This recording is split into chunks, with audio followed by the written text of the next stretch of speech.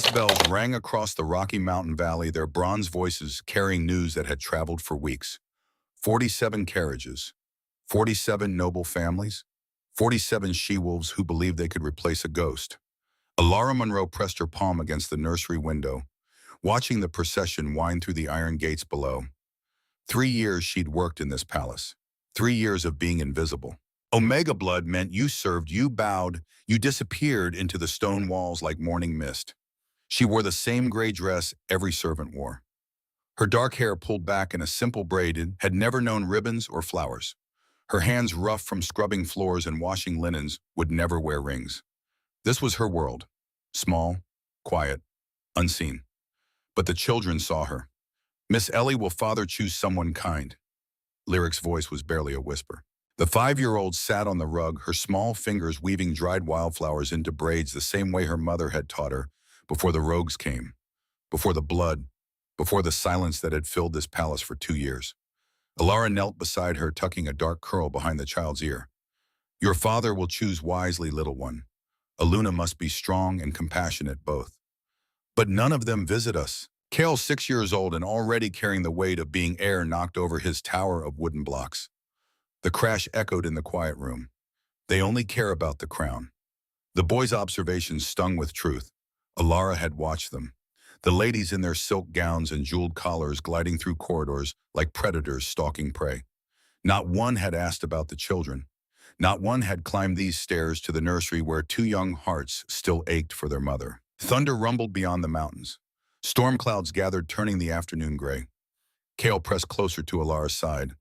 Lyric abandoned her flowers, crawling into Elara's lap. Neither child said they were frightened. Neither had to.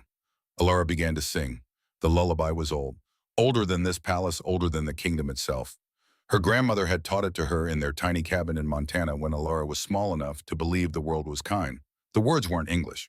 They came from a language that predated borders and modern names, a tongue that wolves had spoken when the moon goddess walked among them. The melody wrapped around the children like warm blankets, like safety, like the mother they'd lost. Kale's breathing slowed. Lyric's small fingers unclenched from Elara's sleeve. Neither the children nor Elara noticed the tall figure standing in the doorway. AlphaKing Theron Blackwood hadn't meant to stop. He'd been walking to the war room where his beta waited with reports and strategies and 100 reminders of duty. But then he'd heard it. Laughter. The sound struck him like a physical blow. He couldn't remember the last time he'd heard his children laugh. Couldn't remember the last time these stone halls had held anything but grief and the hollow echo of his own footsteps. He stood in the shadowed doorway watching. The Omega was on the floor with them. Not standing at a respectful distance the way servants should, not keeping her place. She was sprawled on the rug doing something with her hands that made Kale giggle uncontrollably. "Miss Ellie, you sound like a sick goat." Theron's chest tightened, his son's voice, bright, alive. When had that happened? When had the hollow-eyed boy who barely spoke started laughing again? The Omega made another sound, some ridiculous attempt at a wolf's howl that came out strangled and wrong. Lyric dissolved into giggles, pressing her face against the woman's shoulder. "No, no, like this," Kale demonstrated his child's voice, attempting something fierce and noble. It came out as a squeak, more laughter. The Omega pulled both children close and they curled against her like she was the center of their world. Then she began to sing. Theron had heard countless songs, court musicians, traveling bards, the traditional hymns sung at ceremonies. None of them had ever made him feel like this, like something frozen inside him was beginning to crack. He didn't know the words, didn't recognize the language, but his wolf knew, deep in his bones, in the part of him that answered to the moon, something stirred. Recognition, memory, a whisper of something ancient and important that he'd forgotten how to hear. His children's breathing slowed. They settled against the Omega like they belonged there, like she'd been holding them safe their entire lives instead of just 3 years. Theron stood in that doorway for 5 full minutes, watching, feeling, allowing himself something he hadn't permitted since Liana's death. Hope. When he finally pulled himself away, his heart was beating differently, faster, stronger, like it had remembered how to work. The Omega never looked up, never saw him. She remained as invisible as she'd always been. But Theron saw her now, and he couldn't unsee her. The grand hall blazed with 1,000 candles. Crystal chandeliers caught the light and scattered it across walls hung with ancient tapestries depicting the first wolves, the first kings, the moon goddess blessing the pack with her silver light. Theron sat on the ceremonial throne, a chair of carved oak and iron that had held his father, his grandfather, a line of kings stretching back 300 years. The crown on his head felt heavier tonight, or maybe he was just tired. Tired of this. Tired of performing. Tired of pretending his heart wasn't a dead thing in his chest. Lady Seraphine Redgrave approached first. She wore crimson silk that clung to her body like a second skin, rubies at her throat catching firelight. Beautiful, ambitious, dangerous in the way of the blade was dangerous. Your Majesty, her voice purred, calculated to seduce, to entice, to make men forget themselves. My family controls the Western Territories, 12,000 acres of prime hunting grounds, mining operations worth $800,000 annually. Our alliance would secure your borders for generations. She smiled. Perfect teeth, perfect lips, perfect face. Everything about her was perfect except the coldness in her eyes when she thought no one was looking. Beta Ronan Ashford stood at Theron's right hand, nodding approvingly. Lady Seraphine's proposal merits serious consideration, my king. The Western Territories have been unstable since the border disputes. This union would bring stability. Proposal after proposal followed. Lady Celeste offered trade agreements worth $3.2 million in iron exports. Lady Morgana presented ancient bloodline scrolls proving her descent from the First Luna. Lady Vivian promised her father's private militia 200 trained warriors, political advantages, economic benefits, military alliances. Not one of them asked about his children. Theron's mind wandered, back to the nursery, to warm brown eyes that held genuine kindness instead of calculated ambition, to the sound of his children's laughter, to a melody that made his wolf stir for the first time in 2 years. Your Majesty, he blinked. Elder Magnus Fenric had stepped forward, his ancient staff tapping against marble. The old wolf's eyes held knowledge and something that might have been amusement. The moon goddess was invoked repeatedly tonight, Magnus said, his voice carrying through the hall. But I feel no divine pull toward any candidate. Perhaps the king requires time to deliberate. Such decisions should not be rushed, even by tradition. Theron stood abruptly. The movement sent a ripple of surprise through the assembly. Agreed. The selection will continue tomorrow evening. I must attend to pressing matters. Whispers erupted like wildfire, shock, confusion, outrage from some of the noble families who'd traveled weeks for this moment. Ronan followed him from the hall, concern etched into his features. My king, this is highly irregular. The ceremony concludes tonight by tradition. Tradition did not anticipate my circumstances. Theron's tone left no room for argument. I will not choose hastily. He found himself walking toward the nursery despite the late hour. His feet knew the path even as his mind questioned the wisdom. Through the door he heard her singing again. That ancient lullaby, her voice gentle as moonbeams. The melody wrapped around his heart and tightened with unexpected force. Tomorrow, he told himself. Tomorrow he would fulfill his duty. Tonight he simply wanted to remember what peace felt like. Morning came cold and crisp. Frost painted the palace gardens silver, and the scent of pine drifted down from the mountain slopes. Elara moved between the herb beds, gathering what the palace healers needed. Lavender for calming teas, chamomile for sleeping drafts, rosemary for protection. Her grandmother had taught her about herbs too, about the old ways, about listening to what the earth wanted to tell you if you were quiet enough to hear. You're the nursery attendant, Elara turned. Lady Seraphine stood on the garden path, immaculate in a gown of deep green that probably cost more than Elara would earn in 5 years. The morning sun caught the jewels at her throat, sending rainbow light scattering. Elara curtsied deeply. Yes, my lady, I care for the royal children. How quaint. Seraphine circled her like a predator, assessing prey. Her perfume was heavy, cloying. It made Elara's nose itch. Tell me, what does the king say about the ceremony? Surely he visits his offspring. His Majesty's private conversations are not mine to share, my lady. Seraphine's perfect features twisted into something ugly. Of course, and Omega wouldn't understand matters of state anyway. She stepped closer, voice dropping to a whisper only Elara could hear. Just remember your place, girl. Once I'm Luna, many things will change, including which servants remain employed. The threat hung in the cold air between them. Seraphine swept away her skirts, trailing through the frost like she owned every inch of ground she touched. Elara remained still until the lady disappeared into the palace. Only then did she release the breath she'd been holding, watching it fog in the morning chill. She'd made an enemy without even trying. Later, while the children napped, Elara sat in the nursery mending a tear in Kael's shirt. The afternoon sun slanted through the windows, turning dust motes into tiny stars. The door opened. She looked up expecting a servant with linens or perhaps the head housekeeper with new assignments. Instead, the king stood there. Elara shot to her feet so fast she dropped the sewing. "Your Majesty, The children are sleeping." It wasn't a question. Theron crossed to the window looking out at the mountains. He didn't sit, didn't make himself comfortable. Just stood there, a man who seemed to carry the weight of those mountains on his shoulders. "Yes, Your Majesty." Silence stretched between them. Elara didn't know what to do with her hands. She picked up the sewing, put it down again, smoothed her skirts. "Do you ever tire of being overlooked?" The question startled her. She looked up, found him watching her with eyes the color of aged whiskey that seemed to see through every wall she'd built around herself. "Being overlooked comes with my station, Your Majesty. I've made peace with it." "Have you?" He turned fully to face her.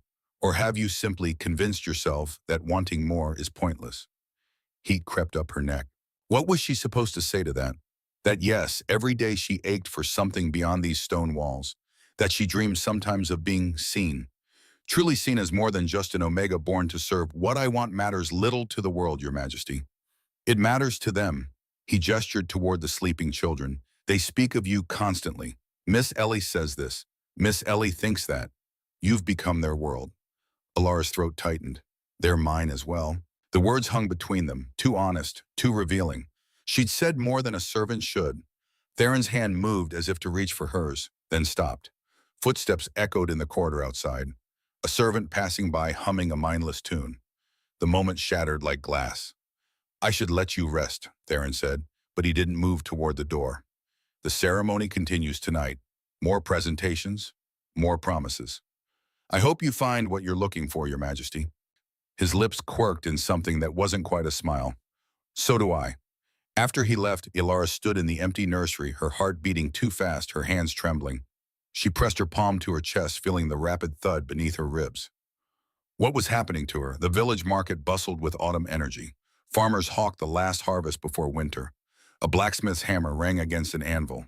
Children ran between stalls, their laughter mixing with the calls of merchants, selling everything from fresh bread to hand-carved wolf figurines. Kale and Lyric had begged to visit, and somehow Theron had granted permission. So now Elara walked between the stalls, one small hand clutched in each of hers, trying not to think about the king's words from yesterday, trying not to feel his presence even when he wasn't there. The children darted toward a ribbon merchant's display. Lyric's eyes went wide at the array of colors. Silks in every shade, from deep crimson to pale rose, from ocean blue to forest green. Miss Ellie looked. She held up a ribbon the color of moonlight. "It's like your eyes when you sing." Elara laughed. "My eyes are brown, little one, plain brown." "No," Lyric shook her head with the certainty only children possessed. "They go silver sometimes. When you sing the old songs, I've seen it." Before Elara could respond to that strange observation, Lyric said something else, something that made Alara's heart stop. "Father likes you. He smiles when you're near." The words hung in the air between them. Elara opened her mouth to deflect, to deny, to remind the child that kings didn't notice Omegas and little girls sometimes imagined things that weren't real. Then the shouting started. A cart careened down the sloped street, its driver having lost control on the rain-slick cobblestones from yesterday's storm. The heavy wagon loaded with barrels of autumn wine picked up speed, headed straight for the crowded market square. Instinct overrode thought. Elara shoved both children behind a stone wall. Her body moved before her mind caught up. An elderly woman stumbled her cane, falling unable to get out of the cart's path fast enough. Elara lunged. Her hands found the woman's shoulders. She yanked hard, pulling them both clear as the cart crashed into the fountain. Stone exploded. Water erupted upward in a glittering arc, drenching everyone nearby. Strong hands gripped Elara's shoulders. She looked up into Theron's face. He must have been somewhere in the market, must have seen the whole thing. His expression was torn between fury and fear, between the king who commanded armies and the man who'd just watched someone risk their life. "What were you thinking?" The words came out rough, barely controlled. "You could have been killed. The woman is safe because of you." His hands remained on her shoulders, not for a second, not for two, for 5 full heartbeats while the entire market watched. His fingers pressed into her flesh, not hard enough to hurt, hard enough to ground himself, to confirm she was real and whole and standing in front of him. His worry was too obvious, his relief too visible. Every eye in the market square could see the Alpha King's hands on an Omega's shoulders, could see the way he looked at her. The whispers began immediately, starting as murmurs, spreading like ripples in a pond. By the time Elara pulled away, by the time Theron remembered himself and stepped back, the damage was done. Servants and villagers exchanged glances, loaded looks that said everything without words. By evening, the entire kingdom would know. The Alpha King had touched an Omega in public, had shown concern that went beyond duty, had revealed for just a moment something that looked dangerously like care. By the time they returned to the palace, the whispers had already begun their insidious work. Elara could feel the weight of eyes on her as she walked through the corridors. Servants who'd never looked at her twice now watched with open curiosity, some with envy, some with barely concealed hostility. She kept to the nursery, mortified. She'd caused exactly the type of attention she'd always avoided. Worse, she'd potentially damaged the king's standing during the most important ceremony of his reign. "It's not your fault," Lyric assured her, though the child couldn't fully understand the implications. "You saved that lady. Father was just worried about you." Kale, more perceptive at 6 than most adults, said nothing, but his small hand found Alara's squeezing tight. A knock at the door made Alara's pulse quicken. She opened it to find Elder Magnus standing there, his weathered face grave in the torchlight. The old wolf looked older tonight, the weight of years and knowledge heavy in his eyes. "Walk with me, child." They moved through corridors lit only by torches, their footsteps echoing against stone. The palace felt ancient tonight, full of shadows and secrets. Magnus led her to the temple where moonlight streamed through stained glass windows painted with the moon goddess's image. The deity gazed down at them, serene and eternal, her silver light falling across the altar like a blessing. "Do you know why you were brought to this palace?" Magnus asked without preamble. "I needed work. The previous nursemaid had retired. Nothing happens by chance, especially not under her guidance." He gestured toward the goddess with his staff. "Your grandmother was a temple keeper who served her directly. That lullaby you sing, it's no simple melody." Alara's world tilted. "What are you saying?" "It's an ancient prayer of protection, passed down through your bloodline for generations. Your grandmother knew what you were, even if you didn't." The old wolf's eyes gleamed in the candlelight. "You're not here by accident, Elara Monroe. You're here because she placed you exactly where you needed to be. I'm just a servant. Are you," Magnus smiled knowingly, "or are you the answer to a prayer sung under moonlight 2 years ago, when a grieving king begged the goddess for hope?" The question hung between them as Elara struggled to comprehend the weight of destiny settling onto her shoulders. Hope. The king had asked for hope, and the goddess had sent an invisible Omega who loved his children. 4 days passed. 4 days of Theron postponing the ceremony again, citing his daughter's health as priority over political unions. 4 days of nobles demanding resolution and closure. 4 days of Elara spending afternoons reading to Lyric while Kale practiced his letters, peace settling over the nursery, even as she felt the weight of judgmental stares whenever she ventured into palace corridors. On the 4th evening, something extraordinary occurred. The children were settling for sleep. Elara had sung them as a lullaby watched their eyes grow heavy, their breathing slow. The moon hung full and heavy beyond the windows, its light stronger than usual. Then it became more than strong. Moonlight streamed through the windows with intensity that seemed impossible. Not natural light, but something else. Something that felt alive and aware and purposeful. The beams turned liquid silver, gathering substance and form. Lyric sat up in bed, her small hand rising to point. Her voice came out in a whisper of pure awe. "Look, the moon goddess." Elara turned, expecting childish imagination. Instead, she saw the moonlight coalescing, taking shape.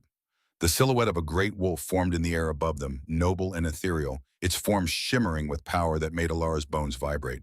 The vision lasted mere seconds before dissolving like morning mist. But its impact resonated through her very soul. The door burst open. The door. Theron stood there, breathing hard like he'd run the entire way from his chambers. "Did you?" "We all saw her." Elara could barely form the words. Her heart hammered against her ribs. Elder Magnus arrived moments later, leaning heavily on his staff, but wearing an expression of triumph. "The moon goddess has spoken. She sends a sign for those with eyes to see and hearts willing to understand." More footsteps in the corridor, the sound of raised voices. Within minutes, half the palace had gathered at the nursery door, drawn by the light that had blazed like a beacon through every window.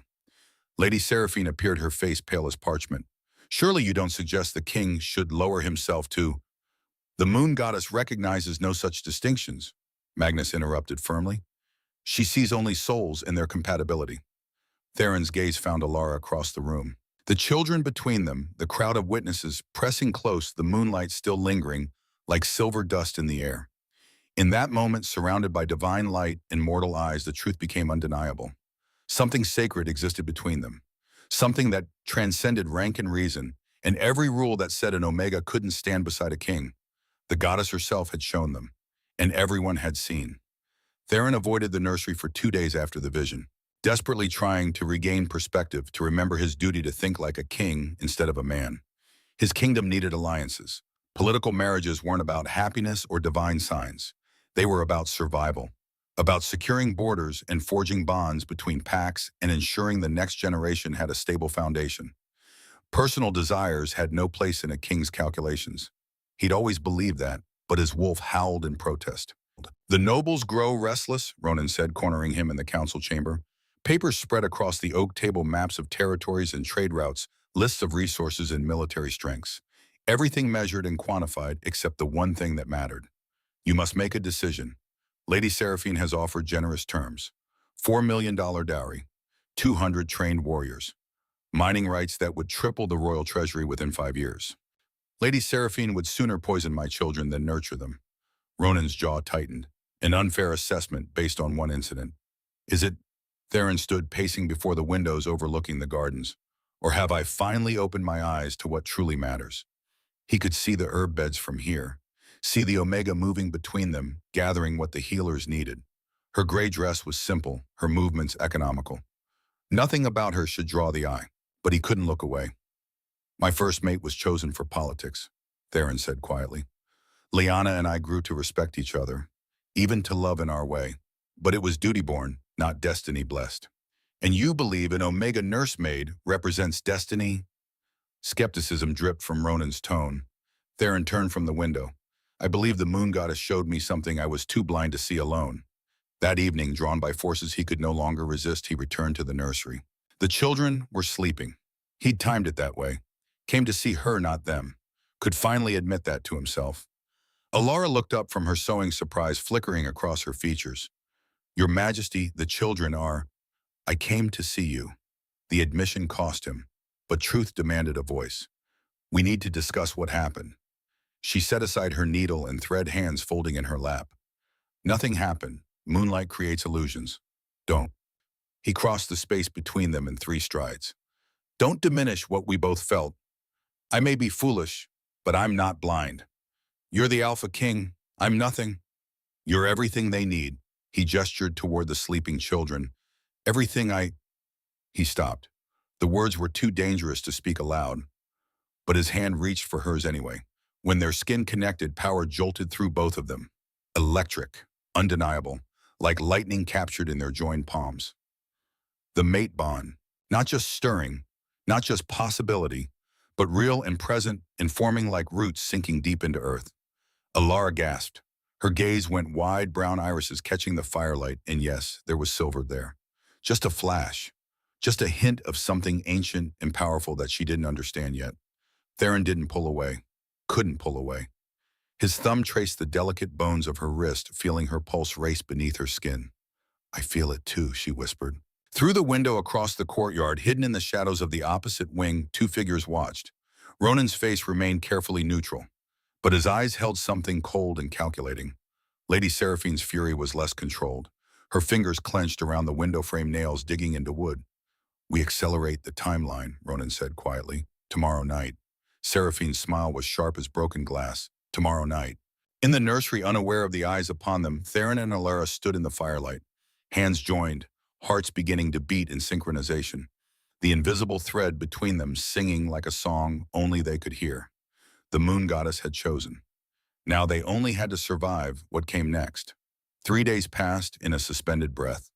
The palace hummed with tension, like a violin string wound too tight, waiting for the snap. Lyric's recovery was slow but steady. Color returned to her cheeks. Her fever-bright eyes cleared.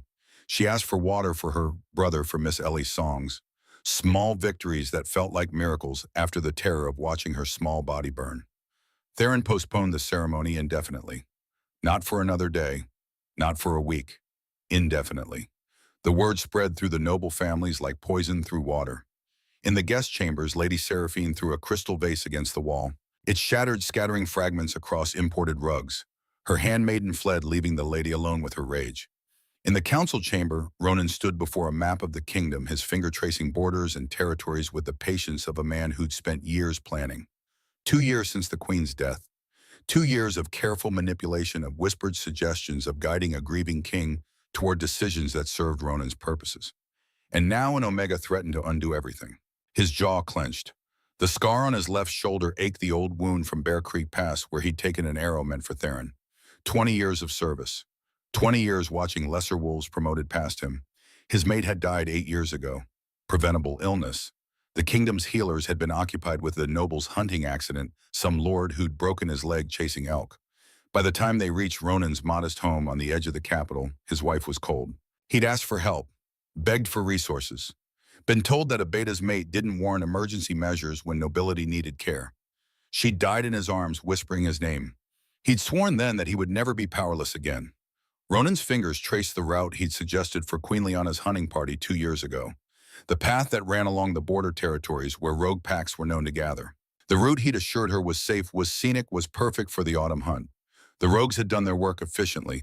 The Queen's Guard had fought bravely. But ambushes were effective when someone provided the attackers with advance notice of routes and timing. Theron had been devastated, exactly as planned. Grief-mad and malleable, except he'd chosen to grieve instead of remarrying quickly.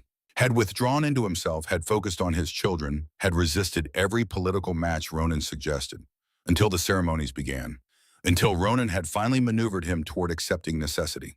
And then the Omega appeared, not appearing truly. She'd been there for 3 years, invisible, as all Omegas should be, but somehow she'd wormed her way into the children's hearts, into the king's notice, into Ronan's carefully constructed plans. He would not allow it. His co-conspirators gathered at midnight, Lord Henrik nervous and sweating despite the cool air. Captain Drell of the Palace Guard loyal to gold rather than honor. Lady Seraphine, her beauty masking a ruthlessness that matched Ronan's own. The king has lost his mind, Ronan told them, his voice measured and reasonable. The voice of a concerned advisor, not a traitor. Choosing an Omega as Luna threatens the kingdom's stability. For the good of all, we must act.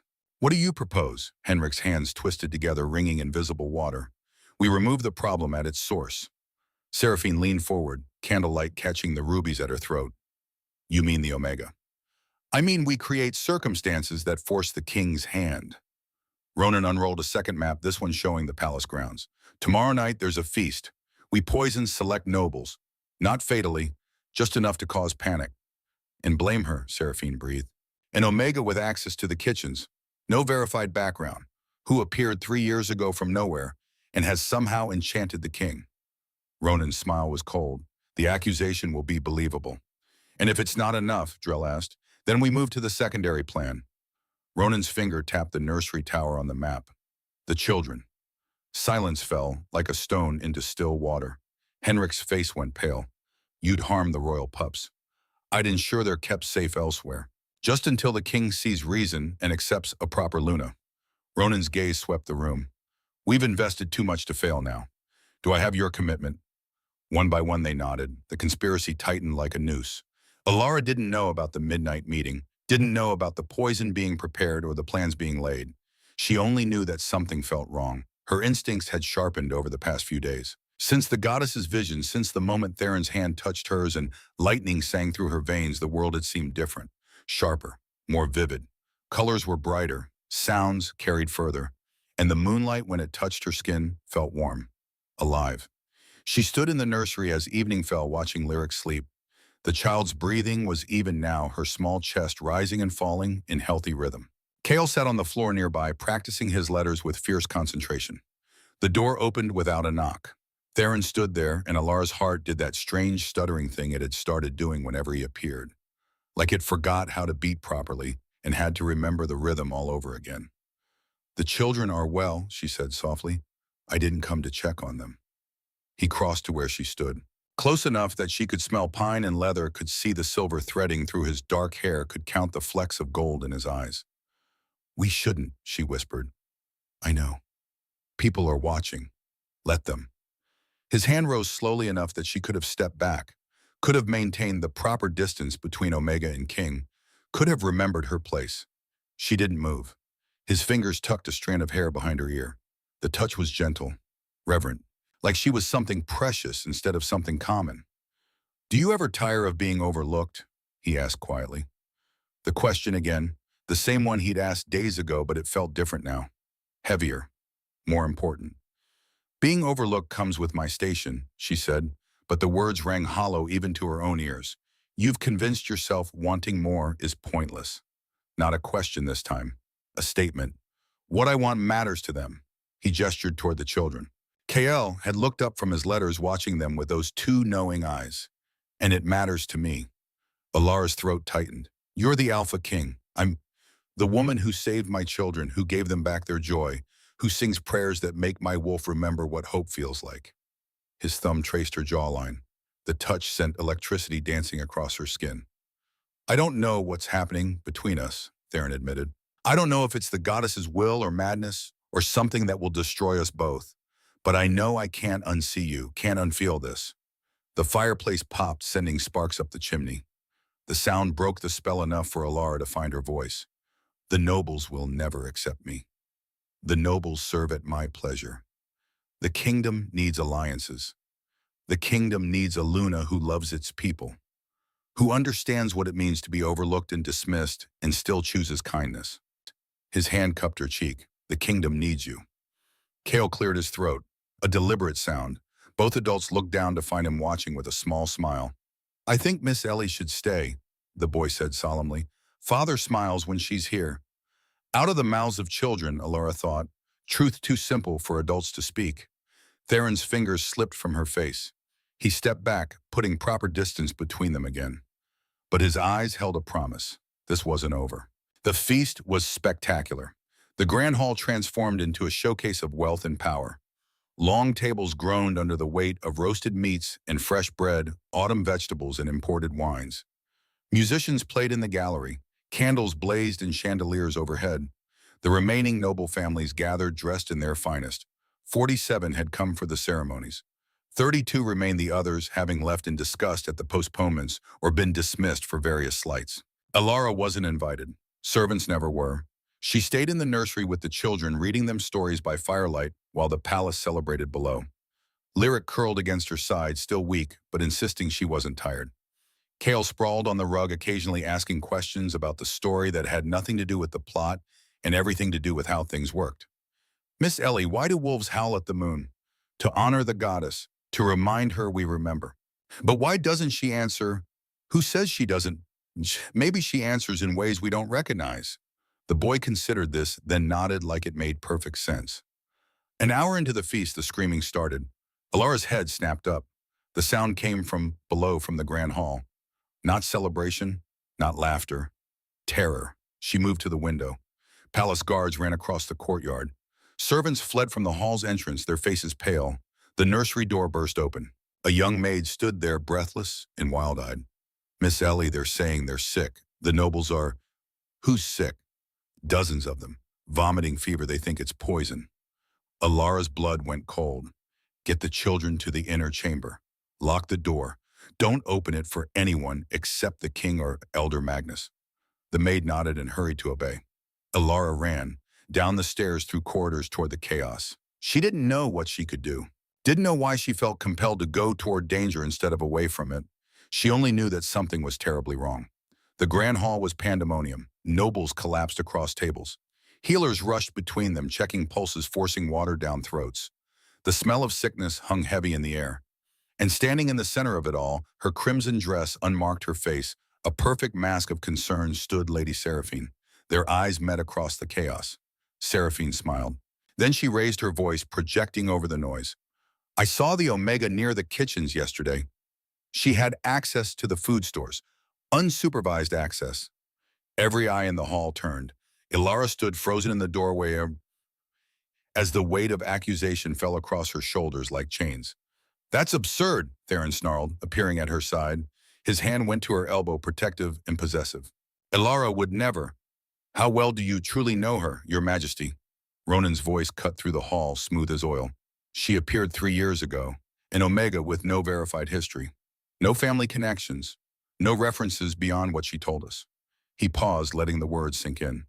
An Omega who has somehow captured your complete attention. Some might call that suspicious. Murmurs rippled through the nobles still standing. Heads nodded, eyes narrowed. I call it slander, Theron's voice dropped to a growl. Elder Magnus stepped forward, his staff tapping against marble. Let us investigate properly before accusations become convictions. Truth has a way of revealing itself to those patient enough to seek it. But the damage was done. Palace guards approached. Not threatening, but present. Ready. Theron's hand tightened on Elara's elbow. You will not touch her. Your Majesty, Captain Drell said carefully. For her own protection and to ease the nobles' fears, perhaps the Omega should be secured until the investigation concludes. It was phrased as a suggestion. It was an order, wrapped in silk. Theron looked ready to fight. His wolf rose close to the surface, visible in the gold bleeding into his eyes, in the tension coiling through his frame. Elara placed her hand over his. It's all right. I have nothing to hide. Let them investigate. Elara, trust the truth. She met his gaze, willing him to understand. Fighting him would only make things worse. Would only feed the narrative Seraphine and Ronan were weaving. The truth will prove my innocence. He didn't want to let her go. Every line of his body screamed refusal. But he was also a king, and kings had to think beyond their own desires. His hand fell away. The guards escorted Elara from the hall. She walked with her head high, dignity intact, even as her heart hammered against her ribs, even as fear clawed at her throat. Behind her, she heard Theron's voice, cold as winter ice. If I discover anyone has fabricated evidence against her, there will be no mercy, no trials, no appeals to tradition. A pause. I will handle it personally. The threat hung in the air like a blade. The holding chamber was small but not cruel. A bed, a chair, a window that looked out over the gardens. Better than a dungeon, not by much but better. Elara sat on the edge of the bed, hands folded in her lap, and tried not to shake. She was innocent. The truth would prove it, unless someone had planted evidence. Unless the investigation was as corrupted as the accusation. Footsteps in the corridor. The door opened. Elder Magnus entered, carrying a tray with bread and cheese, a cup of water. He set it on the small table, then lowered himself into the chair with a grunt. The investigation is already underway, he said without preamble. The healers are examining the sick nobles, testing the food and wine. And nothing that points to deliberate poisoning. The venison was poorly stored, natural spoilage, not added toxins. His ancient eyes studied her. You'll be cleared by morning. Relief flooded through her. Then why are you here? Because being cleared of poisoning won't clear you of being an Omega who's captured the king's heart. The noble's opinion is set. You're a threat to their carefully laid political plans. I never asked for any of this. The goddess rarely asked permission. Magnus leaned forward. I told you before that you're here for a reason. Tonight proved it. They fear you, not because you're dangerous, but because you represent something they can't control, can't predict, can't use. I'm just a nursemaid. You're the answer to a prayer, and your destiny isn't complete. He paused. In fact, it's barely begun. Before Elara could ask what that meant, Magnus stood. The children are safe. The king is furious but restrained, and the investigation will clear you. Get some rest. Tomorrow brings new challenges. After he left, Elara lay on the narrow bed and stared at the ceiling. Sleep didn't come. But sometime in the dark hours before dawn, moonlight streamed through her window. It touched her skin with that same warm, alive feeling. And for just a moment, she could have sworn she heard a wolf's howl. Not from the forest, from inside her own chest. Morning came with vindication. The investigation concluded that spoiled meat had caused the illness. No poison, no malice. Simply an unfortunate accident in the cold storage where venison had been kept too long. The guards opened Elara's door. You're free to go, miss. She walked through the palace corridors on unsteady legs. Servants stared, some with relief, some with disappointment. The whispers followed her like ghosts. The nursery door stood open. Inside, chaos. Kale paced like a caged animal. Lyric sat on her bed, tears streaming down her face. And Theron stood at the window, his shoulders rigid, his hands clenched into fists. Father won't let us see you, Kale said, the moment Elara appeared. He said it wasn't safe, that people might... He stopped when Theron turned. The king's eyes were bloodshot. He looked like he hadn't slept. Looked like he'd aged years in a single night. You're cleared, he said. Statement, not question. He would have known the moment the investigation concluded. Yes. And still they'll whisper. Still they'll doubt. His jaw clenched. This is what choosing you means. Endless questions, endless suspicion. Nobles who will never accept, who will always look for ways to undermine. I know. Do you, oh, he crossed to her in 3 strides. Do you understand what you're walking into? The children will be questioned. Every decision I make will be examined. They'll say you bewitched me, that you used forbidden magic or omega wiles or divine tricks. I know, she repeated, and you're still willing. Elara looked past him to the children. Kale had stopped pacing. Lyric had stopped crying. Both watched with wide eyes, holding their breath. They're my family, Elara said quietly. Where else would I be? Something in Theron's expression cracked. The king's mask fell away, leaving only the man beneath. The father, the mate. He pulled her into his arms. The embrace was fierce, desperate, like he was trying to shield her from every poison and accusation and cruel word the world would throw. I'm choosing you, he said, against her hair. Publicly, before the entire court. No more postponements. No more ceremonies. I'm declaring you Luna. Theron, oh, let them object.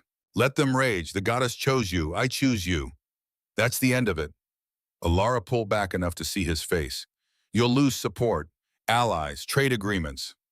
I'll gain the only thing that matters. His hand cupped her cheek. A Luna who loves my children, who understands what it means to be invisible and still chooses kindness, who makes me remember that being king doesn't mean being alone. The nobles serve at my pleasure. His thumb traced her jawbone. And it pleases me to choose my mate instead of a political alliance. Small hands tugged at their clothes. Kale and Lyric pressed between them, wrapping their arms around both adults. Does this mean Miss Ellie stays? Lyric asked, her voice muffled against Elara's skirt. Forever, Theron promised. Good. Kale's voice was firm. We already decided she's ours anyway. For the first time in hours, Elara laughed. The sound was shaky but real. Theron kissed her forehead, gentle, reverent. A promise of more to come.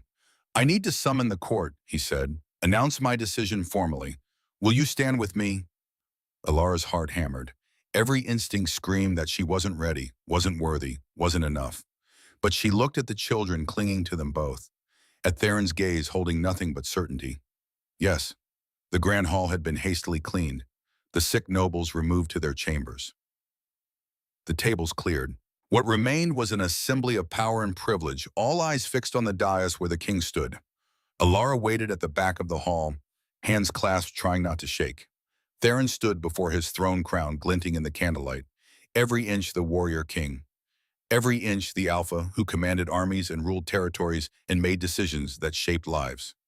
The investigation has concluded, he announced, his voice carrying through the silent hall. Elara Monroe is innocent of all accusations. Anyone who continues spreading false claims will answer to me personally. A ripple of murmurs. Seraphine's face went pale. Ronan's jaw tightened almost imperceptibly. Furthermore, Theron continued, I have made my decision regarding the Luna selection. The hall went deathly quiet. The moon goddess has shown me the path, and I will not ignore her wisdom for political convenience or noble expectations. Elara's heart stopped. There will be no further ceremony, no selection process. The goddess has already chosen, and I accept her judgment with gratitude and humility. He raised his hand, gesturing toward the back of the hall where Elara stood. Every head turned. Hundreds of eyes found her. Nobles, servants, guards, all watching. Elara Monroe, approach. Her legs moved, one step, another. The longest walk of her life down the center aisle with judgment pressing from all sides. When she reached the dais, Theron descended, came down to her level instead of making her climb to his. The symbolism wasn't lost on anyone. Gasps rippled through the crowd. He took her hands. The moment their skin touched, that electric current sang between them. The connection visible now as golden light wrapping around their joined fingers. The hall erupted in shocked whispers. You've given my children back their joy, Theron said, his voice pitched for her ears but carrying in the silent hall. Reminded me what it means to live rather than merely exist. You've shown me that strength comes in many forms and that the goddess's plans surpass our limited understanding. He raised her hand to his lips. The kiss was gentle, deliberate, a claim made before witnesses. If you'll have me, I choose you. Not for politics or convenience, but because my wolf recognizes its mate and my heart knows its home. Chaos erupted. Nobles shouted protests. Lord Henrik surged to his feet, face purple with rage. Others joined him, a chorus of outrage and disbelief. Ronan stepped forward, his expression carefully controlled, but eyes blazing. Your Majesty, this is madness. The Council will never accept. The Council serves at my pleasure, not the reverse. Theron cut him off with icy precision. And any who cannot accept the goddess's will are free to leave my court. His hand tightened on Elara's. The golden light brightened, visible proof of divine blessing that no one could deny. I am your king. Theron's voice rang with authority that silenced the protests. I have led you through border wars and trade disputes and 2 years of grief. I have put the kingdom's needs before my own at every turn. Now I ask you to trust that the goddess knows better than any political strategist. He pulled Elara closer, turned to face the assembly with her at his side. This is my Luna, chosen by divine will. Blessed by the moon goddess herself. You will show her the respect due her station, or you will find yourselves no longer welcome in this palace. The silence that fell was absolute. Then from the shadows near the musicians' gallery, Elder Magnus tapped his staff against stone. The AlphaKing has spoken. The goddess has blessed. Who among you dares claim to know better than she? No one answered. One by one the nobles began to bow, some grudging, some genuine, but all acknowledging the declaration they just witnessed, all except Ronan and Seraphine. Ronan stood rigid, his face a careful mask, but his eyes promised violence. Seraphine's fury was less controlled. She swept from the hall, skirts trailing like blood. Outside, in the shadows of the courtyard, she found Ronan waiting. We have 4 days until the full moon, he said quietly. We move to the final plan then. The children. The children. Ronan's smile was cold. He wants his Omega Luna, he can have her, after we take everything else he loves. 4 days of relative peace followed the declaration. 4 days of Elara learning what it meant to be Luna elect. 4 days of Theron teaching her council procedures and trade agreements in the 1,000 small duties that came with the title. 4 days of stolen moments, hands brushing during meetings, quiet conversations after the children slept, the invisible thread between them growing stronger like roots digging deeper into earth. Elara felt the changes in her body, strength she'd never had before, senses sharper than they should be, and the moonlight, always the moonlight, calling to something inside her that was beginning to wake. On the evening of the full moon, Theron found her in the gardens. The moon hung enormous in silver, turning the palace grounds into a landscape of light and shadow. Elara stood among the roses, face tilted toward that celestial light, feeling its warmth sink into her skin. Having second thoughts, Theron's voice came from behind her. She turned. He stood on the path, formal clothing discarded in favor of simple shirt and breeches. In this light, he looked younger, less like a king and more like a man. Wondering if I'm dreaming, she admitted. If you are, I share the dream gladly. He joined her on the path. Tomorrow we make the formal announcement to the neighboring packs. The binding ceremony will follow within the week. So fast. The goddess doesn't believe in long engagements. His lips quirked in something almost like a smile. Besides, I've waited 2 years to feel alive again. I don't want to wait any longer. His hand found hers.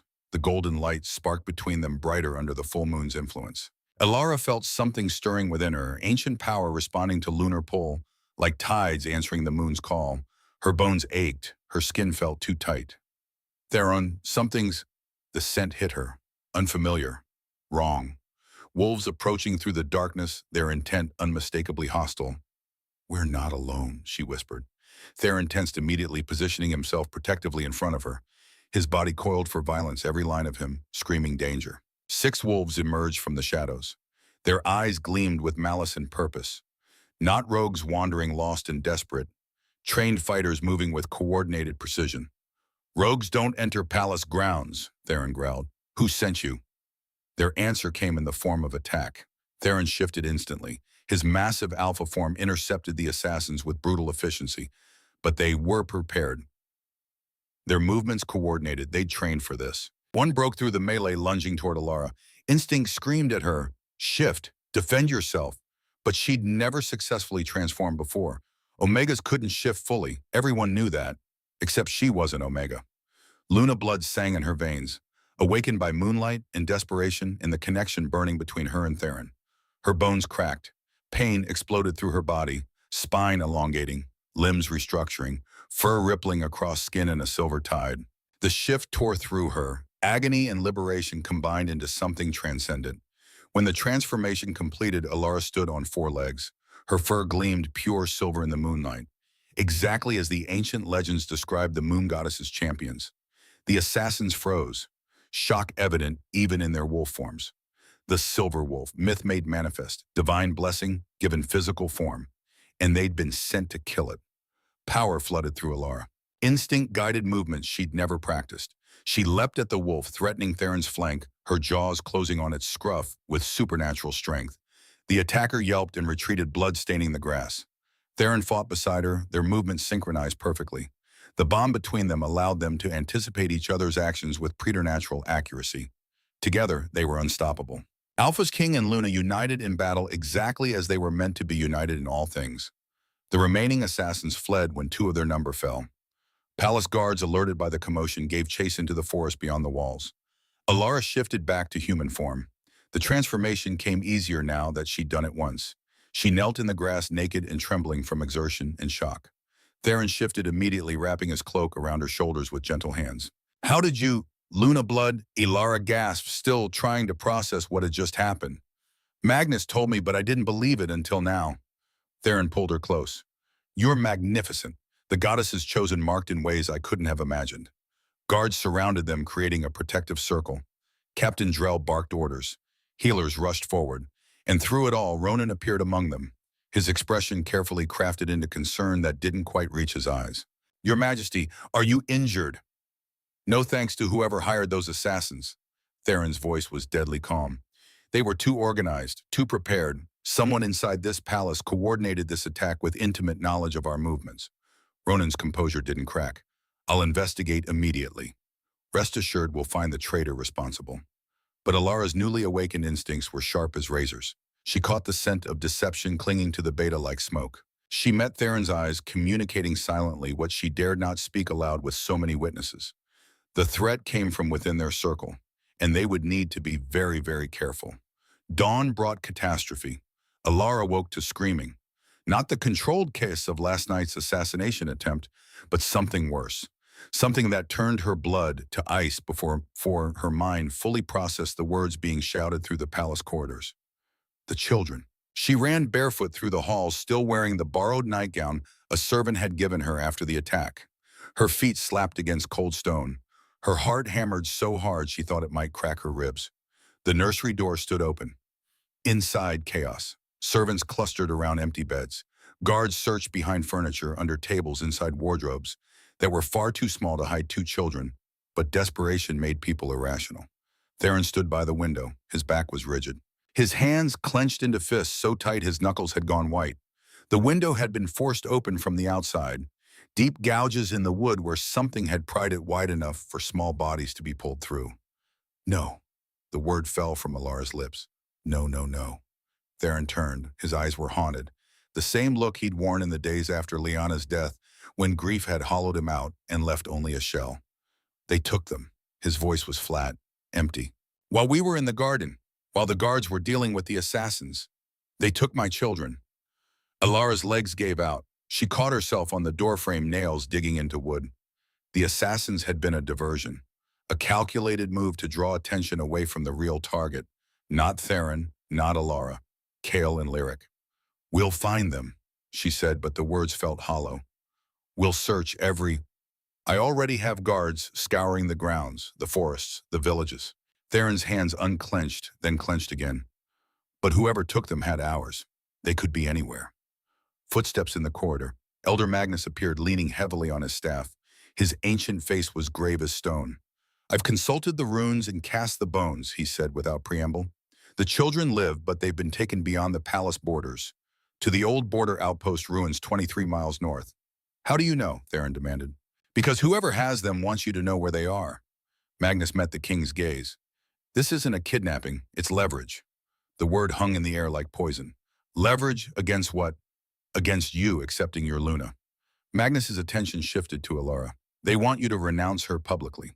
Choose a proper mate from nobility. Only then will your children be returned safely."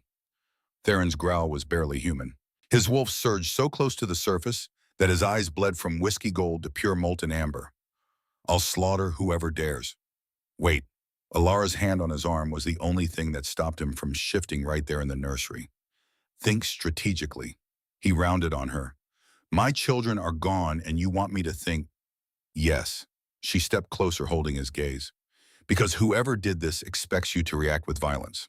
To make mistakes driven by emotion. That's what they want. That's how they win. Then what do you suggest? The words came through gritted teeth. I'll track them. The certainty settled into Alara's bones as she spoke. The silver wolf can follow trails others miss, sense things invisible to normal wolves. The bond between us will guide me to them while you keep the conspirators' attention here. I won't renounce you. You won't mean it. She cupped his face in her hands, feeling the tremor running through him. The barely controlled fury. It's theater, performance. They think they've won. Let them believe it while I bring our children home. Our children. The words slipped out naturally, claiming them as hers just as they'd claimed her months ago. Theron's eyes searched hers. If anything happens to you, it won't. Trust me. Trust us. She pressed her forehead to his. The goddess didn't bring us together just to tear us apart. After a long moment, he nodded. Find them. Bring them home. I'll play their game until you're all safe. Magnus performed the locator ritual in the temple as the sun climbed higher. He drew symbols in ash and salt, chanted words in the old language, burned herbs that filled the chamber with sweet smoke. When the ritual completed, Elara could see them. Glowing traces like moonlight on water showing where the children had been taken. Spiritual footprints that shimmered in her enhanced vision, leading north through the forest. You'll need supplies, Magnus said, handing her a small pack. Water, dried meat. A knife, though your claws will serve you better. Elara took the pack, testing its weight. The ruins, you said they were abandoned.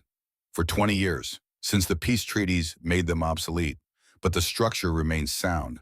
Stone walls, defensive positions. Perfect for hiding hostages. Magnus's weathered hand gripped her shoulder. Your Luna abilities are awakening, but they're still new. Don't try to fight unless you have no choice. Get the children and run. What about the guards? There will be guards. Use what the goddess gave you. Cloud their senses.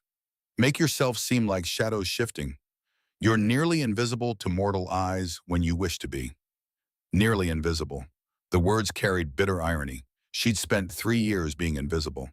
Now she had to embrace it as power instead of curse. In the grand hall, Theron stood before the assembled nobles. His performance was worthy of any master actor. His voice carried the weight of false defeat. I've reconsidered my hasty decision. My children's safety must take precedence over personal desires. I will select a Luna from among the noble houses as tradition demands. Lady Seraphine's triumphant smile was sickening. Victory gleamed in her eyes. Ronan nodded approvingly, satisfaction radiating from him like heat. Only Elder Magnus's slight wink revealed knowledge of the deception. Bring back my children. Theron continued, each word tasting like ash on his tongue. And I will honor this commitment before the goddess and the pack. Murmurs rippled through the nobles. Relief, approval. Crisis averted. Inside, Theron's wolf raged, clawed at the cage of his control, demanded blood and vengeance and the death of anyone who dared touch his pups. But he held steady, played the role, let them think they'd won. Because somewhere in the forest his mate was hunting. And when Elara Monroe hunted, she didn't fail. Elara slipped from the palace in her silver wolf form as dusk painted the sky purple and gold. She moved through the forest like liquid moonlight, her paws making no sound on the carpet of pine needles. The bond between them thrummed constantly, a golden thread connecting her to Theron across the growing distance. She could feel his rage, his fear, his forced calm, could send back her own determination like a promise carried on that invisible line. I'll bring them home. I swear it. The glowing traces led her north, through dense forest where ancient trees grew so thick that even afternoon sun barely penetrated, across streams that ran cold and clear from mountain snowmelt, over rocky terrain that would have torn a human's feet, but her wolf form navigated easily. She caught the scent around mile 15. Ronan, the beta, had been here, recently. Within the last 6 hours, his scent marked trees and rocks, deliberate territorial claims that said, mine, this is mine. Confirmation settled in her gut like stones. He was the architect behind everything. The assassination attempt. The kidnapping. And if Magnus was right about the hunting party 2 years ago, Queen Liana's death as well. 2 decades watching lesser wolves promoted past him. And now he'd destroy everything rather than accept being passed over again. Elara pushed harder, muscles, burning lungs working like bellows. The ruins appeared as the last light faded from the sky. Stone walls rose from the forest floor, ancient and weathered but still standing. Guard towers at each corner. A central keep that had once housed border patrols back when this territory was disputed. Now it housed something more precious. Elara circled the perimeter, staying in the shadows, counting guards, noting patrol patterns. There were 12. Too many for direct confrontation, even with her enhanced abilities. She shifted back to human form, pulling on the simple clothes she'd carried. Her newly awakened Luna abilities extended beyond just enhanced strength and senses. Magnus had taught her the basics before she left. Project your consciousness into the moonlight itself. See what it sees. Touch what it touches. Elara closed her eyes and reached out. The world exploded into silver. She could see through the moonbeams streaming through every window, every crack in the stone. See the guards at their post. See the layout of the interior. And there, in the central tower, third floor, two small shapes huddled together in a locked room.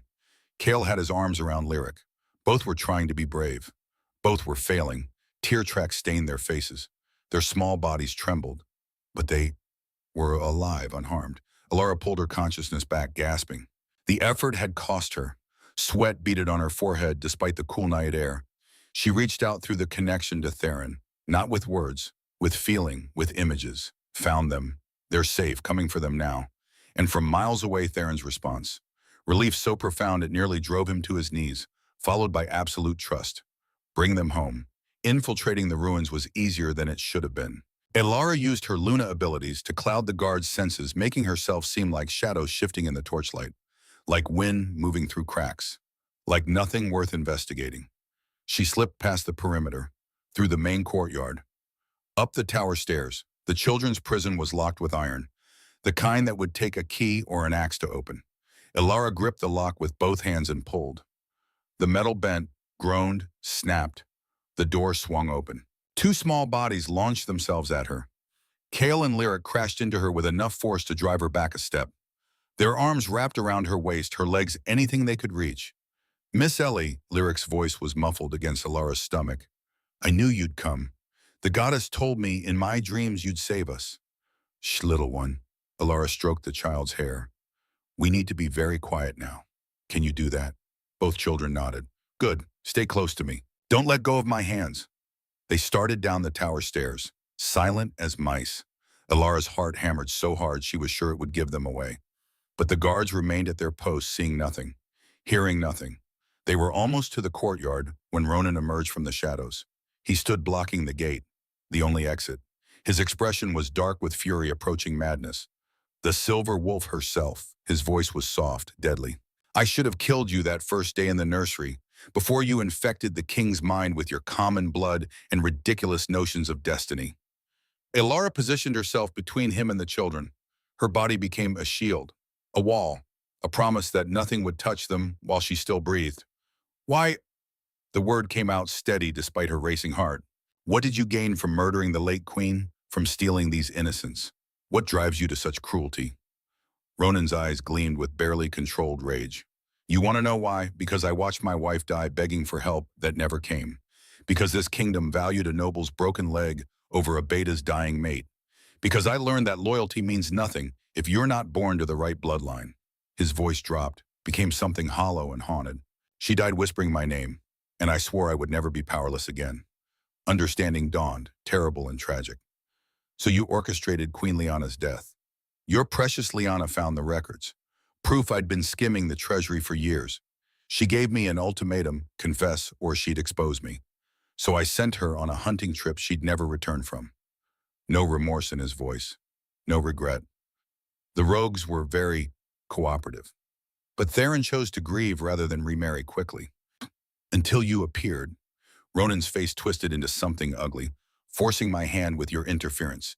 If I can't control the king, I'll eliminate his bloodline entirely and claim the throne myself. He shifted. The transformation was brutal, efficient. His wolf form was massive and threatening beta strength, honed by decades of training and battle.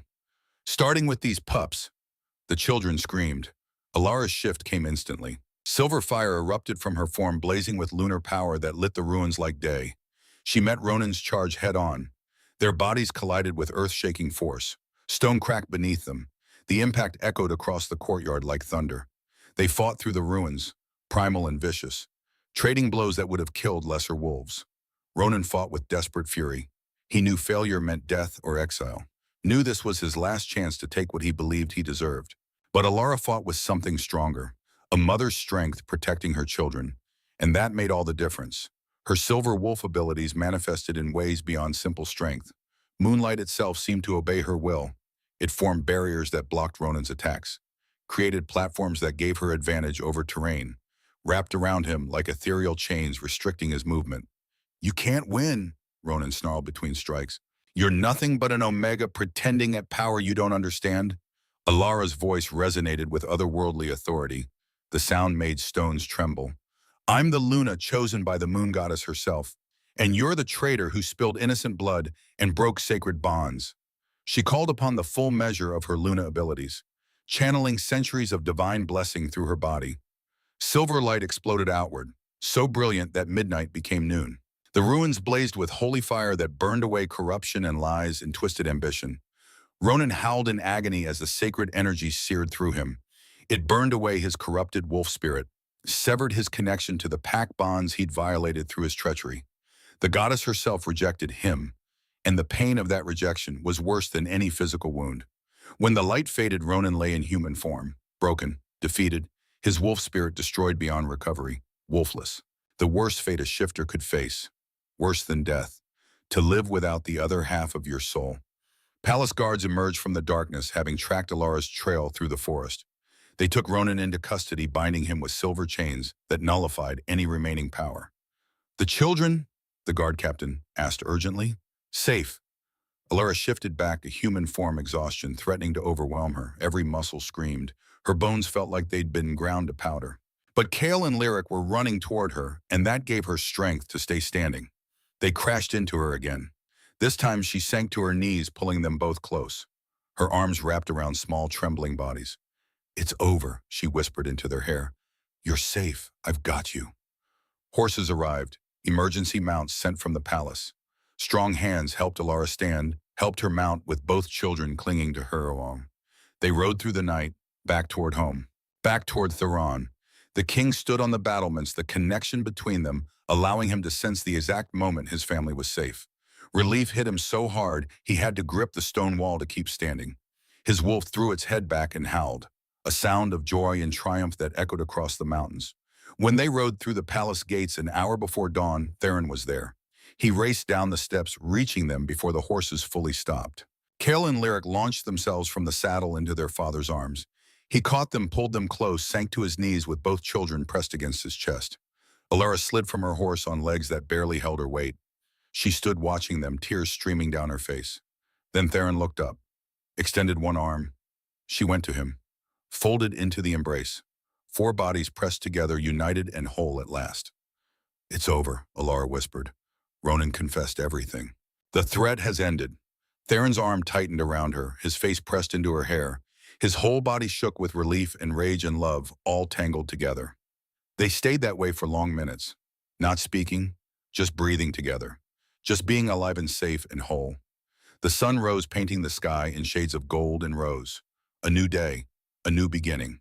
3 days later, the grand hall had been converted into a tribunal. Every noble family was summoned. Guards lined the walls. The weight of justice hung heavy in the air. Ronan stood in silver chains at the center of the hall, broken, wolfless, but his mind remained intact. Sharp enough to understand exactly what was happening, Theron presided as judge, sitting on the throne that had held his fathers before him. But there was nothing ceremonial about this. His expression was cold as winter ice.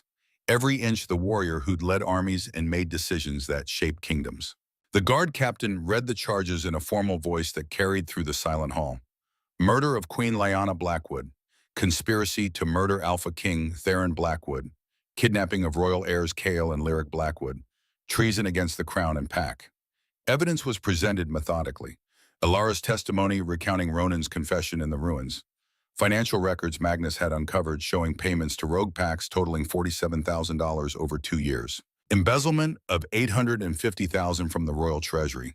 Bribes to corrupt guards. Captain Drell the guard, who'd been part of the conspiracy, had turned witness to save his own life. He testified about orders to target Elara, about plans to use the children as leverage. The healers confirmed that Ronan had accessed the poison stores 3 days before the feast, claiming he needed them for pest control. The evidence mounted like stones building a wall that couldn't be denied. When the time came for Ronan's final statement, he stood as straight as his chains allowed, bitter, unrepentant.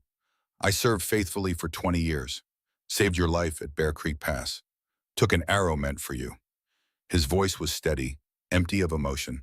And what did I receive? Scraps. 2 decades watching lesser wolves promoted past me. My mate died because the kingdom wouldn't spare resources for a mere beta's wife. I gave everything. I was owed more. Your precious Liana found the records. Proof I'd been skimming the treasury. She gave me an ultimatum. His eyes met Theron's, cold, hard. So I sent her into an ambush with a smile on my face. The rogues were efficient. And when you chose that Omega over tradition, over stability, I knew you'd doom this kingdom. I acted for the good of all. Theron stood. The movement was deliberate, controlled, but violence lurked beneath the surface like a beast barely caged. You deserved honor. You chose treachery. His voice was ice-given sound. You had my trust, my friendship. You could have come to me about your mate's illness, about your grief, about any of it. I would have moved mountains. Instead, you murdered mine. The words fell like stones into still water. You claimed to act for the kingdom's good, but you acted only for your own.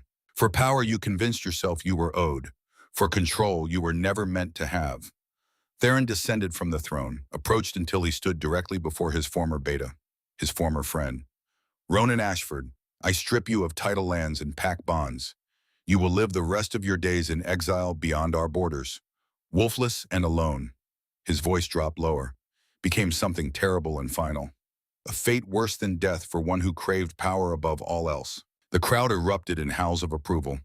Justice served, threat eliminated, order restored. Ronan was dragged away, a broken shell of the man who'd once stood at the king's right hand. He didn't fight, didn't protest, just allowed himself to be led toward exile and the empty years that awaited. The tribunal continued. One by one, the co-conspirators were judged. Lord Henrik, his earlier bravado dissolved into trembling fear, received exile and title stripping. 3 other nobles who'd attended Ronan's midnight meetings faced the same fate. Captain Drell, having purchased leniency with his testimony, was dishonorably discharged from the guard. His uniform stripped in the hall's center buttons cut from the fabric by the guard captain's own blade. A public shaming that would follow him the rest of his days. And Lady Seraphine Redgrave, Elder Magnus asked, fled the kingdom before guards could apprehend her. Theron replied, voice cold. A warrant remains for her arrest. She is banished from these lands on pain of death. Should she return, she will face trial for conspiracy to commit treason. When the hall cleared, Theron stood alone before the throne. Elara found him there an hour later. She didn't speak, just slipped her hand into his. He saved my life once, Theron said quietly. At Bear Creek Pass, I was young, reckless, leading a charge against raiders. An arrow came out of nowhere. Ronan threw himself in the front of it, took it in the shoulder instead of my heart. I know. I owed him. For years I owed him, and he used that debt like a chain. You paid what you owed, with trust, with friendship, with chances to come to you honestly. Elara squeezed his hand. He chose to repay that with betrayal, his choices, his consequences. Theron pulled her into his arms, held her like she was the only solid thing in a world gone unstable. The coronation is tomorrow, he murmured against her hair. I know. Are you ready? Elara thought about that, about the invisible Omega who'd arrived 3 years ago with nothing but the clothes on her back and songs in her heart. About the woman she'd become, about the power awakening in her blood and the children who called her mama, and the king who'd chosen her against all reason. Yes, she said, I'm ready. The palace chapel gleamed with silver decorations. Moonflowers' rare blooms that only opened under celestial light filled every corner with their subtle fragrance. Candles blazed in chandeliers overhead. Stained glass windows depicted the moon goddess in all her glory, her silver light falling across the altar like a blessing made visible. Every noble house had sent representatives, some because they genuinely accepted the goddess's choice, some because refusing the king's invitation would be political suicide. But all came to witness history, the first Luna of common blood ascending to rule beside an Alpha King, chosen by divine will rather than political convenience. In the preparation chamber, Elara stood before a mirror while servants fussed with her gown. White silk embroidered with silver wolves that seemed to move in the candlelight. The needlework was so fine it must have taken months to complete. The dress fit like it had been made for her body, specifically flowing over curves and settling perfectly at her shoulders. Her dark hair had been woven with moonflowers. The crown waited on a velvet cushion. Nearby, silver worked into the shape of wolves running beneath crescent moons. "You're so beautiful, Mama." Elara turned. Lyric stood in the doorway wearing a dress of pale blue, her hair braided with matching flowers. The title spoken so naturally brought tears to Alara's eyes. "Oh, my darling." She knelt, pulling the child into an embrace. Kale appeared behind his sister, dressed in formal attire that made him look older than his 6 years. "Father's going to cry when he sees you," the boy said with absolute certainty. Elara laughed through her tears. He cried this morning when he thought no one was looking. Happy tears. Kale's expression turned serious. "He hasn't been happy in a long time. Not until you." The words settled into Alara's heart like stones. Good stones. Foundation stones. Elder Magnus appeared in the doorway leaning on his staff. "The goddess smiles upon this union, child. Walk with confidence. You've already proven yourself worthy 1,000 times over." "I'm still terrified." "Good. That means you understand the weight of what you're accepting." Magnus's ancient eyes twinkled. "But you're not alone. You never were." The processional music began, deep and resonant. Drums and strings and voices raised in the old hymns. Elara walked down the chapel aisle. Kale on one side, Lyric on the other. Both children holding her hands. Both standing straight and proud. The assembly rose. Hundreds of eyes watched her approach. Some friendly, some curious, some still skeptical. She didn't care, because at the altar, Theron waited. He wore formal regalia that marked him as AlphaKing, black cloak with silver wolf embroidery, crown of antlers and moonstone. Every inch the sovereign who commanded armies and ruled territories. But his eyes held only love. When Elara reached him, when her hands clasped his, the connection between them flared visible. Golden light wrapped around their joined fingers. Proof of divine blessing that no one could deny. The crowd gasped. Some had seen it before during the declaration. But seeing it here in the goddess's own temple with her silver light falling across them like benediction, the reality became undeniable. The moon goddess had chosen, and she made her choice visible for all to witness. Magnus presided, his voice carrying through the sacred space with power accumulated over decades of service. The moon goddess works beyond our mortal understanding. She sees not bloodlines but souls, not titles but character. Today she confirms her choice through sacred ritual witnessed by all. He turned to Elara. "Do you, Elara Monroe, accept the burden and blessing of Luna Promise to lead beside the AlphaKing, to protect this kingdom, to honor the moon goddess's guidance through all your days?" Elara's voice came clear and strong. No hesitation. "I do." Magnus turned to Theron. "Do you, Theron Blackwood, accept this woman as your Luna? Your mate? Your equal in all things, forsaking all others, for all your days?" Theron's gaze held only certainty. "I do." Magnus lifted the Luna crown from its cushion. Silver work by master craftsmen, ancient and powerful, worn by Lunas stretching back generations. He placed it upon Elara's head. The moment it touched, her power flowed like a river meeting the sea, the goddess's final blessing, making the connection complete and unbreakable. Elara glowed with silver light, visible to every eye, undeniable proof of divine acceptance. "Then by the moon goddess's authority and the Pack's acceptance, I declare you Luna and AlphaKing bound for eternity." The chapel erupted, howls of approval, hundreds of voices raised in celebration, feet stamping in the traditional Pack acknowledgement. Kale and Lyric rushed forward, wrapping their arms around both adults. Their small voices joined the chorus.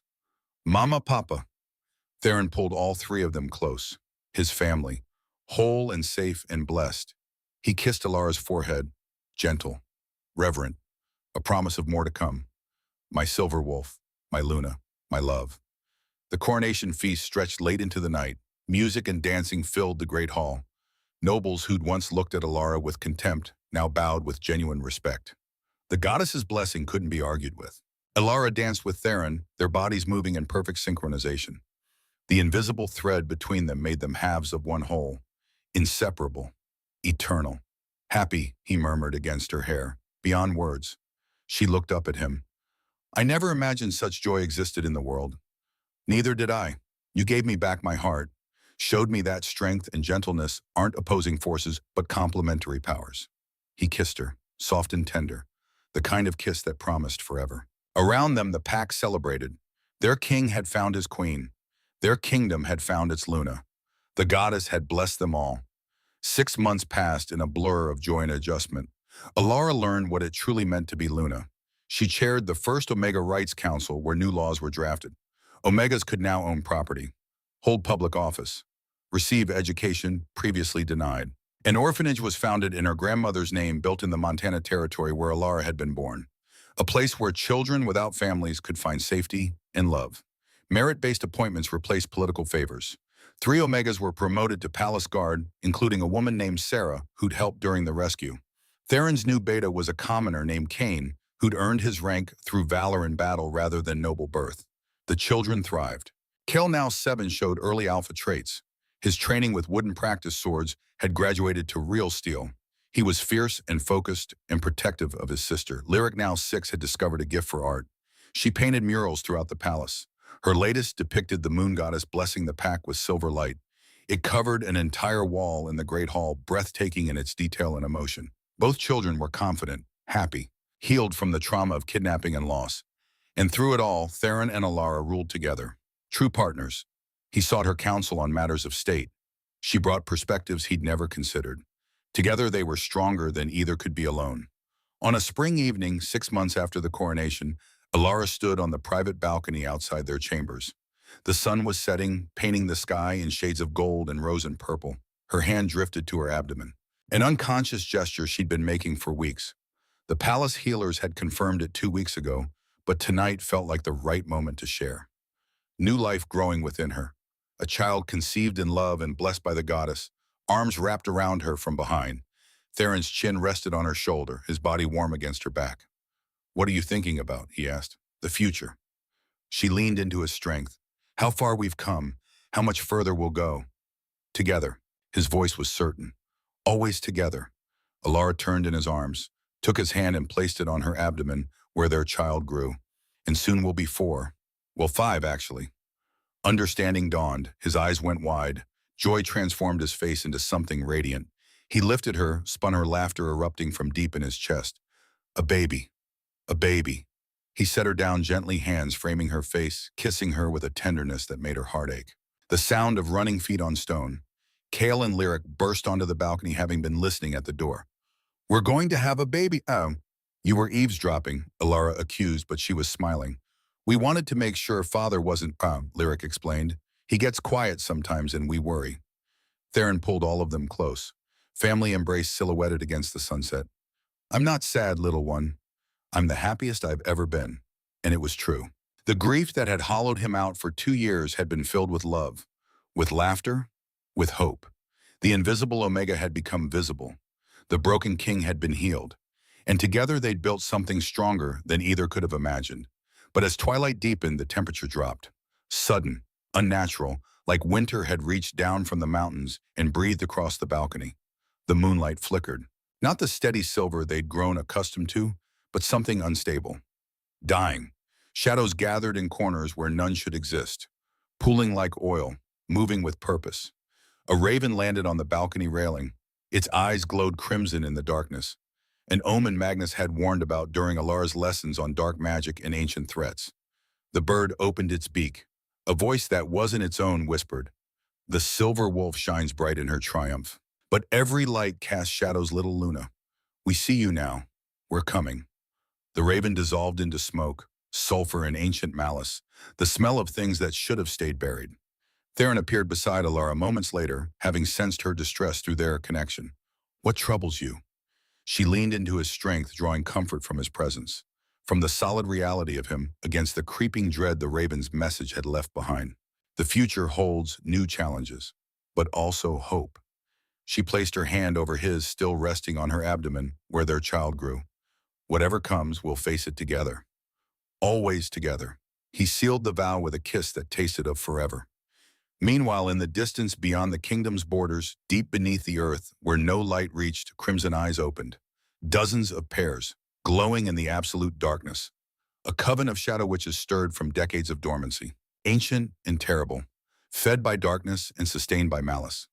Their leader rose from a throne made of bones. She was ageless, beautiful in the way a blade was beautiful, deadly and precise and without mercy. The Witch Queen's voice carried on winds that touched no living thing. So, the silver wolf has returned to the world. How delicious, how unfortunate for her. Her laughter echoed through the cavern, through tunnels that stretched for miles beneath the mountains. A promise of trials yet to come. Gather the coven, prepare the rituals. The goddess chose her champion, but we choose our enemy. And when we're done, there will be no more silver wolves, no more divine blessings, no more light. Only shadow, only us, only power. The witches' laughter joined their queen's, a chorus of malice that made the very stones tremble. Back on the balcony, Elara stood beside her mate, surrounded by love, protected by divine blessing. Her hand on the new life growing within her children safe beside her. Whatever darkness approached, they would face it. Not as king and subject, not as noble and common, but as equals, as partners, as mates chosen by the goddess herself. The story of the silver wolf was far from over. In many ways, it was only just beginning. But Elara faced the future without fear. Love, family, and the goddess's grace would see them through whatever trials awaited. Together, they would rewrite what it meant to be Alpha and Luna. Love chosen by divine will, strengthened by adversity, eternal as the moon itself. The palace glows in twilight. The full moon rises over the mountains, casting its silver light across the kingdom. And from the forests, from the villages, from every corner of the realm, wolves raise their voices in howls of celebration and unity. Their Luna had risen. Their kingdom was whole. And whatever shadows gathered in the deep places, they would face them together. Always together.